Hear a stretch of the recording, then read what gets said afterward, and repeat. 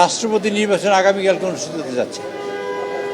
আমাদের মাননীয় চেয়ারম্যান, দলীয় চেয়ারম্যান, সংসদ নেতা এবং মাননীয় প্রধানমন্ত্রী জনাব তারেক রহমান আমাদের দলের উচ্চ পর্যায়ের নেতৃবৃন্দের সাথে কথা বলে আমাদের মনোনীত করেছেন মির্জা ফখরুল ইসলাম আলমগীর সাহেবকে। আমরা আজকের সংসদীয় দলের সভায় মাননীয় সকল সংসদ সদস্যদের কাছ থেকে আমরা তার পক্ষে ভোট চেয়েছি এবং বলেছি যে আগামীকালকে সবাই আমরা 1:30টার মধ্যেখানে উপস্থিত হবো। ইনশাআল্লাহ 2টা থেকে ভোট শুরু হবে, 5টার মধ্যে ভোট গণনা হবে। আমরা যার সিদ্ধান্ত নিয়েছি সবাই মিলে তাহলে এই রকমের ইলেকশন কমিশন, আমরা এবং সংসদ সবাই মিলে যে সিদ্ধান্ত নিয়েছি যে নির্বাচন শুরু হওয়ার 5 মিনিট আগে থেকে আমাদের লাইভ টেলিকাস্ট হবে এবং মাননীয় মহামান্য রাষ্ট্রপতি এবং স্পিকার, মাননীয় প্রধানমন্ত্রী এবং বিরোধী দলীয় নেতা এবং যদি কোনো সদস্য যিনি আমাদের মির্জা ফখরুল ইসলাম আলমগীর সাহেব আছেন তিনি ভোট দেওয়া, ওগুলো আমরা লাইভ দেখাবো। তারপর সব রেকর্ড করা হবে। আবার নির্বাচন শেষ হবার 5 মিনিট আগে আমরা সেই লাইভ শুরু করব। আবার নির্বাচনের ফলাফল ঘোষণা করা হবে এবং ফলাফলের পরে সেখানে ফল ঘোষণা করা হবে। এই পর্যন্ত আমরা লাইভ দেখাবো কালকে এবং আমরা সবাই বসে থাকবো।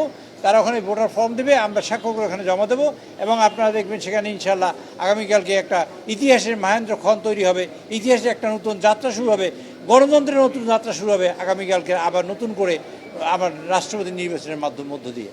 আমরা মনে করি যে জনাব তারেক রহমান আমাদের নেতা, তার নেতৃত্বে দীর্ঘ 17 বছর আমরা আন্দোলন করেছি, সংগ্রাম করার পর যে কাজটা হয়েছে তা হলেই যে আমরা নির্বাচিত হয়ে গণতান্ত্রিক পদ্ধতিতে নির্বাচিত হয়ে সরকার এসেছি।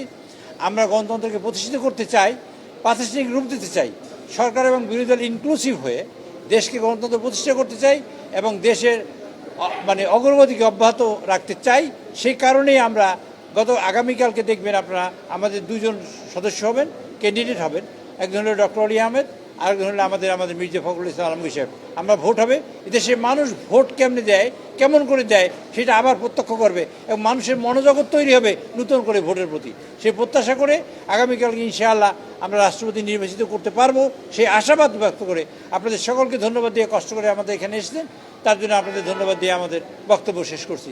আপনাদের কোনো প্রশ্ন আছে? যে পরের দিনই 21 তারিখ সন্ধ্যা 7:30টার সময় বঙ্গভবনে শপথ হবে ইনশাআল্লাহ।